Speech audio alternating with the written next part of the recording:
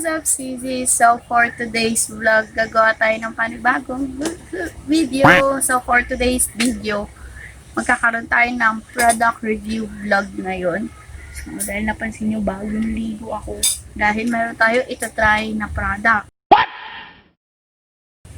And, napansin ko, trending siya online.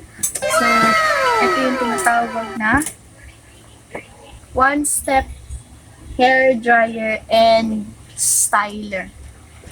So, pinagsama siyang straightening tsaka drying. So, tingnan natin. So, ito, in-order ko siya online. Actually, nag-sale siya eh. Tapos, open natin. Mama kayo.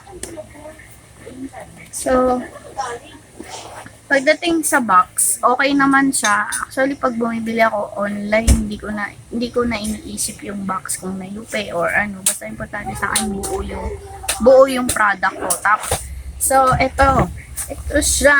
Naka-bubble wrap pa siya. So, secure ang ating product. So, ayan.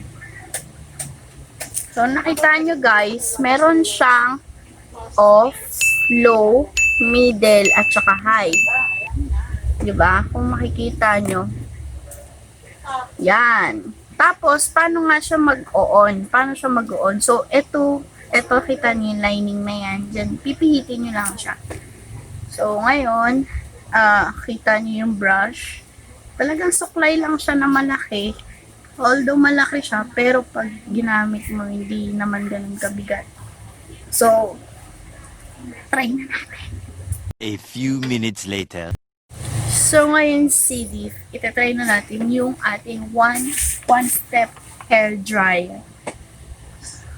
Mahirap lang sa buhok ko i-dryer dahil maigsi siya, lalo na sa likod. Nagpaiksi ako ng buhok dahil sobrang init. So, yan. So, kita nyo guys, nag-open na siya. So, kapag nag-blue light na siya, ibig sabihin, naka-on na siya. So, although maingay. Pero doon tayo sa middle.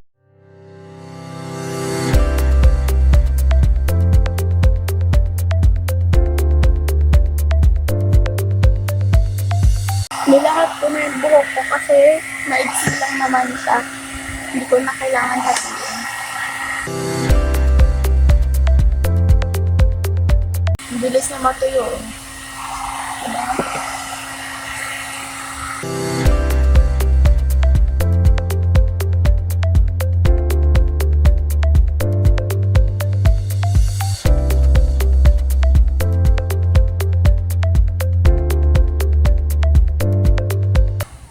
So, napansin ko, mabilis siyang mag-dry.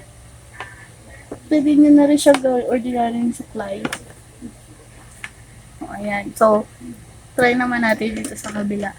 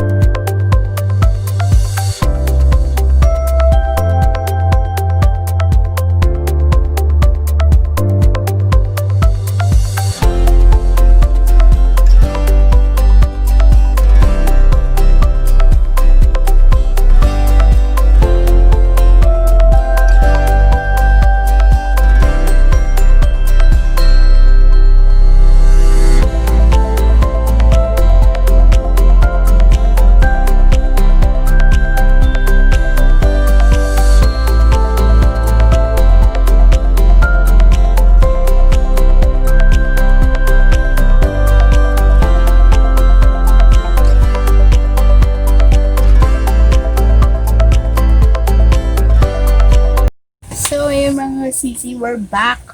So, natapos na yung ating hair dry, di ba? Ang bilis lang niya.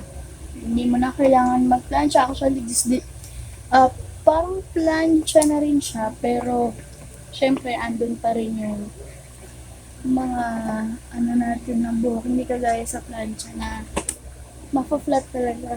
Pero ito, ox lang. So, rate ko yung product na to 5 stars.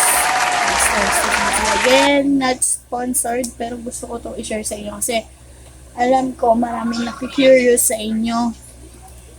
Maraming nakikurious sa inyo kung gaano ba ka-effective tong giant comb na to na may hair dryer sa loob. So, thumbs up. Diba? Sobrang ikli ng buko kaya ang hirap. Ang hirap i-curve. So, ayun, that's the end of our product review, mga CZ. So, don't forget to subscribe on my YouTube channel. And also, don't forget to like, follow, and share our FB page, Namiss and Alan Vlogs, so you can be updated to our new videos. And, nga pala, gusto ko po magpasalamat sa mga nag-subscribe sa aking YouTube channel. Maraming salamat po. So, yun. Yun lang series. So, if you want to suggest more vlogs from me, just comment down and pag-aaralan natin yan. So, I'll see you on my next vlog.